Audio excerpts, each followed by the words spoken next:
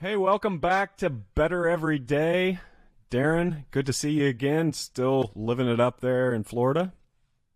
85 and sunny about every day is not a bad way to do April. It is sure not. It does here in Bloomington. It's starting to look like it might someday be spring, but my sweaters are still on. The thing about Indiana is it fools you. So it might be spring for a day and then it's winter and that goes on for a little while. It's exactly what happens. Well, man, excited to continue a conversation. It seems like this is how we do this podcast, Darren. Just a continual conversation that we hit record on every now and then. Yeah. But an extension of our friendship and I think our conversations too with colleagues, people that are trying to do some of the same things that we're doing with life and work and business and spiritual things and all of it.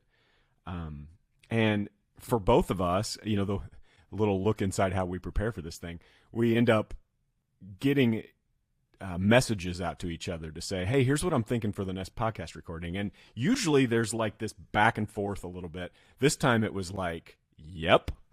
I Yep, sent that's what one I was message and thinking. you go, I woke up thinking the same thing. And so, we're going to address a word and a topic that we've talked about before, but it just feels so different post pandemic. And the word is free. The idea of the pursuit of freedom in our work life, our home life, all of it. And it's something that's definitely come front and center in my own life, and it sounds like you too, Dan. Yeah, I mean it's just the pursuit of of that. It's not necessarily a destination. It's not a point in time. It's continuing to pursue, the concept of freeing yourself up, being more free, having more opportunities. And I think the pandemic, John, we've been talking a lot about, the great reassessment, but essentially what that means is I want to reassess my freedom. I want to reassess Yeah. how I do things. I want to reassess how I make decisions and stuff. Um, so yeah, even this morning when I was watching CBS this morning, they were talking about the 40-hour work week. Okay, so there's a movement in certainly in California and maybe some other places like Colorado towards a 32-hour work week. Yeah. And you know, one of the guys on the show said, he lived in France for a while in Paris, and 35 was the norm, and they were moving back to a 32. And so I was thinking about that this morning, John. I was thinking I waste at least 8 hours a week in meetings that I don't really need to be in. you know, Meetings. and so going from 40 to 32 would not be a stretch if you're really productive those whole 32. Yeah, you can find those 8 hours real quickly if you need to, and in Yeah, you this like can. weird, um, just it feels like fat. It just feels like unneeded time. But the thing that, and you went right where I've been going, and it's the what is it that's constricting our freedom? What is it that keeps us from that freedom? I've had the suspicion for a couple years now that, and I said this almost exact thing to my counselor recently. I have a sinking suspicion that the ceiling for me in my life and what in the good things that I do is severely limited by the way that I have constricted my freedom of thought, my freedom of work, my all of the things that are constricting. And she's like made a lot of money off of me in the last 3 or 4 sessions on just this topic of, what is it that is keeping me constricted? And almost all of those things are constructs. They're things that we have built that are often just mental constructs. They're not even real. And that's what I want to talk about today. Can we begin to look at these constructs and deconstruct them? Let's take apart the things that aren't real, the things that are keeping us from the freedom that we so desperately need in order to be better, in order to be more productive, and in order to create that sense in our own companies.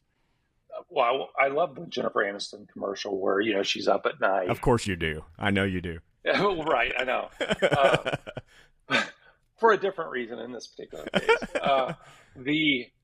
She says time is just a social construct, and it's just, that always resonates with me because there are all these constructs that I think we take as things that we have to do. And that's what really starts limiting our freedom. I think of where did the 40-hour work week come from? Do you know? Because I do know. I think I know. Well, you tell me, because I'm afraid I don't know. I heard recently, but I think it was a TikTok that I heard it from, so it may just not be true. Well, if it's not Twitter, then Elon. That's right. So that's the source of truth. I think Henry Ford and the automobile factory was the impetus for that, from what I understand. And so, this thing that rules our life, the 8-hour day or the 40-hour work week, was one guy who had an idea, and now that is the global norm. Yeah. Well, the idea was, the way I understand it, that when you've got an assembly line, you want that thing to run 24 hours, 7 days a week. You want it to never stop. And in order to create some boundaries, in order to create breaks, basically he had to say, here's how many hours are in a work week. So I need 3 shifts, or I need 4 shifts, or whatever it is.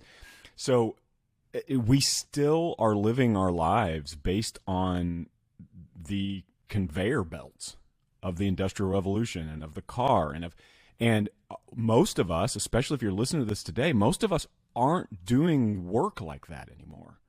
It is a construct of the past. And this is exactly what we're talking about. We are living based on boundaries and constrictions that don't even apply to our time in history. And it's causing significant problems. I think one of the biggest challenges, if I'm out there listening right now, John, is if you have a job where your employer, adheres to that social construct and doesn't provide you freedom, and oftentimes it's super hard to provide freedom. I mean, you go to check into a hotel, you hope somebody's standing there, right? Helping you get checked in, right? So sorry, it was Freedom Day. Nobody here, right? But again, it can be very. I mean, you get subjected to other people's, method of thinking about how you should do your days. Yeah. And, I think that's where we expand the idea of what we mean by freedom.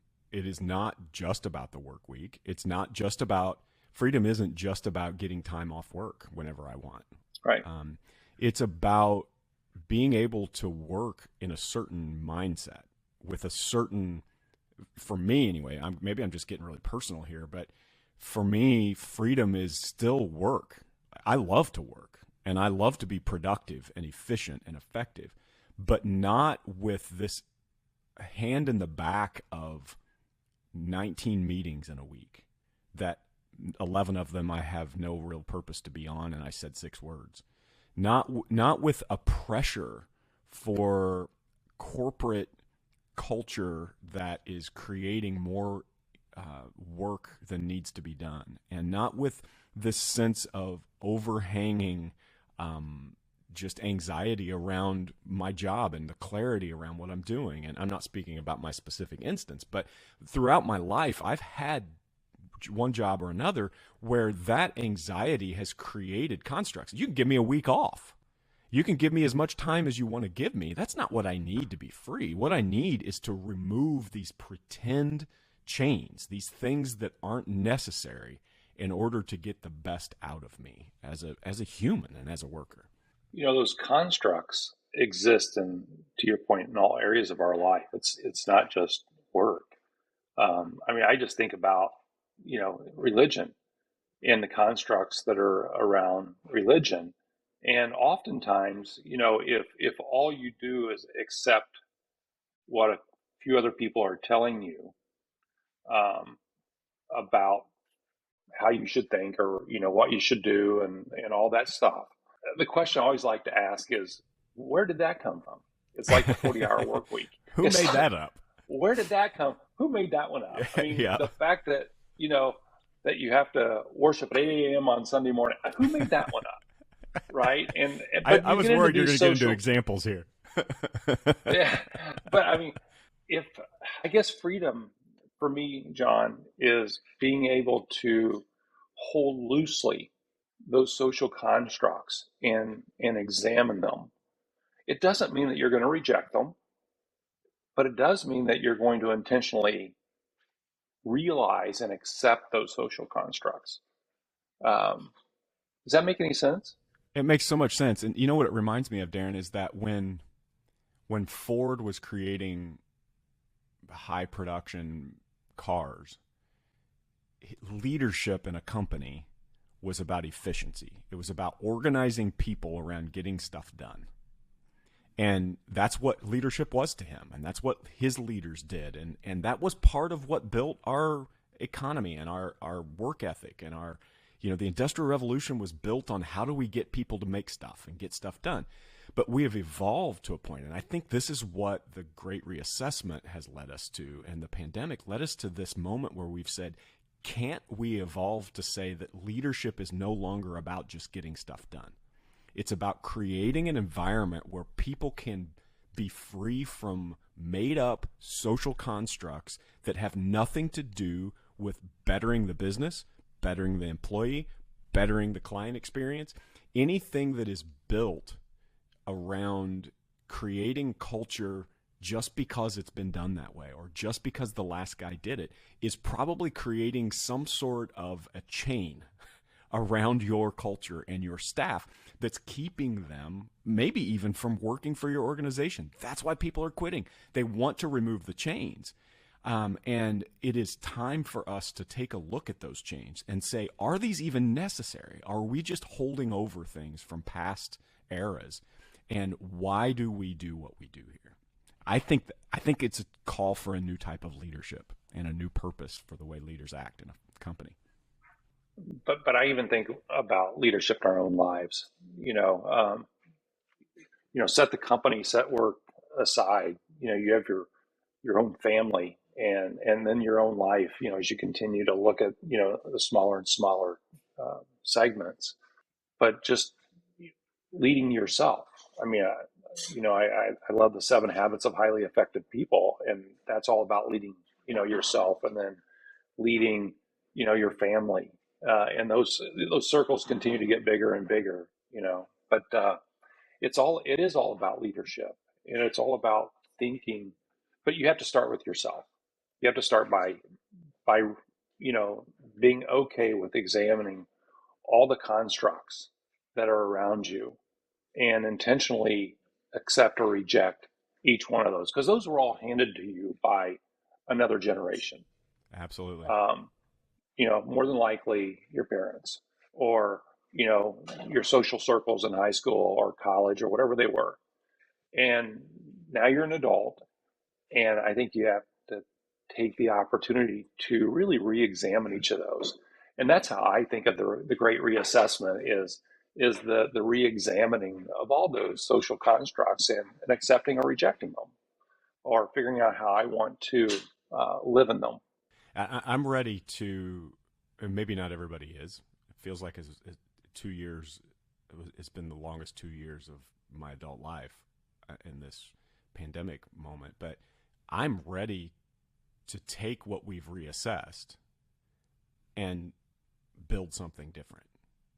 Build a new set of parameters around what we do and how we do it. And I think it's going to look drastically different from industry to industry. We're not going to have this like consistency between everybody works Monday through Friday. And there's I think part of the reason I'm feeling this way is my poor daughter. She's 16. She's highly driven. She takes my drive and doubles it. And the other day she got a day off of school on a Wednesday. She was so excited. She's got a day off of school in the middle of the week. And I talked to her about 2:00, and she said, "This has been the worst day I've had in a long time." Like, why? She said, "I was hoping it would feel like a Saturday or a Sunday.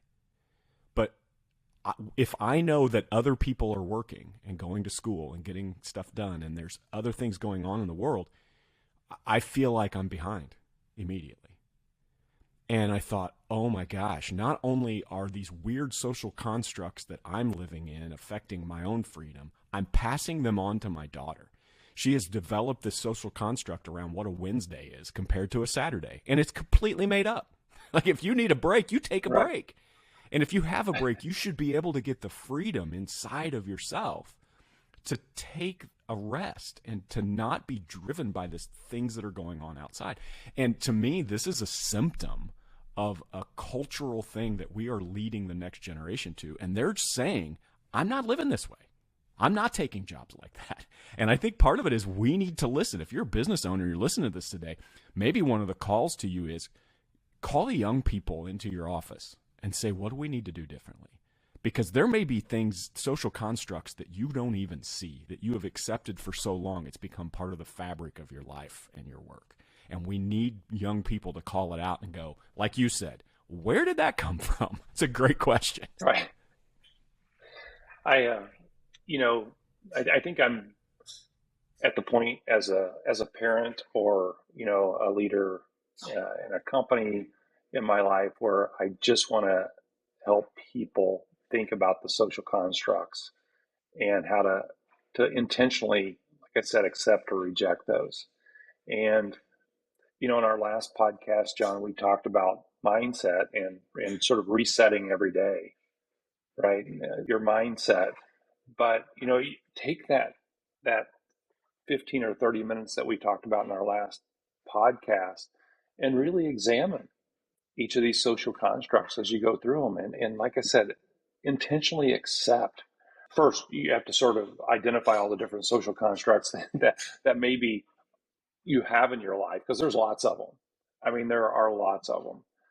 But re-examine each one of those and then get yourself to a point where you can sort of pass this way of living on to the next generation, which is, I feel like my dad passed on to me, get up at 5 a.m., take a shower, head to work, work for 12, 14 hours, come home, do, X, Y, and Z. And so that was my mindset. And I did it for years and years until I realized, wait a minute, why am I doing this? Well, my dad passed it on. I mean, my dad, that's what he did. So that's what I did. And, start giving your kids the freedom to reevaluate.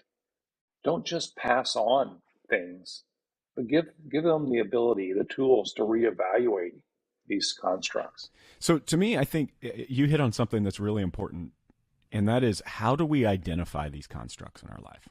And I'm sure everybody can do it differently. I think it's hard to see your own, probably. So it takes a group of people to brainstorm and talk and openly. But one of the ways I'm noticing them in my life is by the absence of that word we started the whole podcast with, freedom. What is causing me to feel a lack of freedom in my life right now? And if I can identify that, if I can say, when I get up in the morning, I'm not creative. I'm not thinking about creativity. I'm not thinking about how I can create something amazing today or do something amazing. I'm thinking about meetings. I'm looking at my calendar over and over, and I have this mental block for time, because I keep looking at my calendar all day long. Okay, now what do I have next? Okay, now what do I have next? That is killing me. Those meetings are killing me. Now, the other side of that is I don't need to be on 90% of those meetings. But even if I do, I have to take control. I have to say, this is my calendar. This is a construct that is not part of the fabric of my own personal life, and it is killing me, my freedom. And I think that's one of those opportunities to stop and say, does anyone else feel like this? Is this one of those things that we need to readdress? I don't have to accept a meeting just because it's on my calendar and I don't have anything else to do at that time on my calendar. And being able to think through things on basis of whether or not it's causing you to be free and creating that sense of freedom, I think is really important. Yeah, I think that's probably a good place to start is just where are the pain points in my life right now? I mean, start with the pain points. You can refine things later. Yeah. Start with the real pain, and in your case right now, John, it seems fairly obvious to me it's meetings. Yeah. And we've been talking about this a lot, and what's interesting is this is what I mean by it being sometimes not even a social construct, but like just a ghost of because I've started at your urge a few weeks ago, I've started just rejecting. No, I've got something I have to get done, and can't be at that meeting. And to my shock, nobody's been mad. My job is still intact. Nobody's been. I haven't missed much. I've missed a few things, but there's no sense of like the whole world is coming down around this because part of the construct is in my own mind, and I've created this thing that isn't even real. And I think that's what we have to start to address individually and personally. So, what are those areas in life that are really restricting? And oftentimes work is a component of that, and how we do that. Oftentimes, it's how we do family. I think back when I was your age and all the parameters that were all the time constraints that were put into my life by all these events that somebody put on my calendar. Practices, games, tournaments, just all the stuff.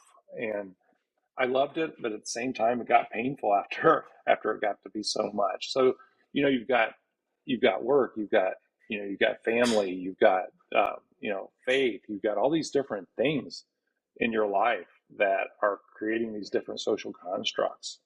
Just be aware of them. Just identify them and ask, where are the different pain points in all of this, and where did this come from, and how did, why do I think about it this way? One of the ones for family for me, John, is how much we help our kids. So I'm getting down into some of the weeds now, but as Michelle and I get older, how much do we help our kids? Because it's so easy to look back and say, well, my parents, I had to struggle through this. Huh. I had to figure this out. So the natural tendency is, they can figure it out. Well, just because I had to figure it out and it was really hard doesn't mean that I have to make it hard on them, So just reevaluating that construct, well, it's hard for me, it ought to be hard for you. And saying, where can I ease that burden a little bit? This whole conversation around construct, I don't know how many times we've said that word during this podcast, just reminds me of what's happening to at least the evangelical church in America right now. And the word is deconstruction. Not even just the next generation, but the current generations are love the phrase deconstructing my faith. And I think what they mean by that is I am asking the question over and over again, where did this come from? Like, Right. Is this a necessary part of my belief system and my faith? And so I think in a way, for once, the religious part of our culture may be leading the business part of our culture to say deconstruction has to be a part of the future for us. We have to go through deconstruction in order to construct the things that matter most and rethink them. And I think that's maybe what we're calling for here is a deconstruction of the belief system around everything in your life, whether it's the way you work, whether it's the way you parent, whether it's the way you worship, whatever that is. What a great opportunity to right now at the end of this pandemic, hopefully the end, to look at your own life with other people and say what can go and what deserves to stay and move forward. And I think that's what we're calling for. For me, that's what the Great Reassessment is all about. And I don't know what the technical definition of that is, but for me, the Great Reassessment is taking the opportunity, because I can't ever remember having the opportunity to really, have a a window like this to reassess. And once you start reassessing a few things, like where you work, how you work, and things like that, next thing you know, you can start reassessing all kinds of things. And I'm not saying that you're going to change anything, but you're just going to intentionally accept. And I think that's where the freedom comes in, is when you can intentionally accept the things and build the life that you want to have. Man, I love the way you said that, because the truth is, and the reality is, freedom is not the absence of things on my to-do list, and it's not the absence of practices to take my kids to and games to go to and meetings on my calendar. That's not what freedom is. Freedom is seeing something on your calendar and choosing it, not doing it because it's on your calendar. And man, taking my daughter to practice last night, because I'm thinking this way right now. It's an hour-long drive to volleyball practice, and that's 2 hours in the car in my evening 3 times a week. I mean, we're dedicated to this thing, and it's easy for me to look at that as 2 hours of wasted time. Some reason, I think because I've been thinking this way recently, last night I could not wait to get in that car.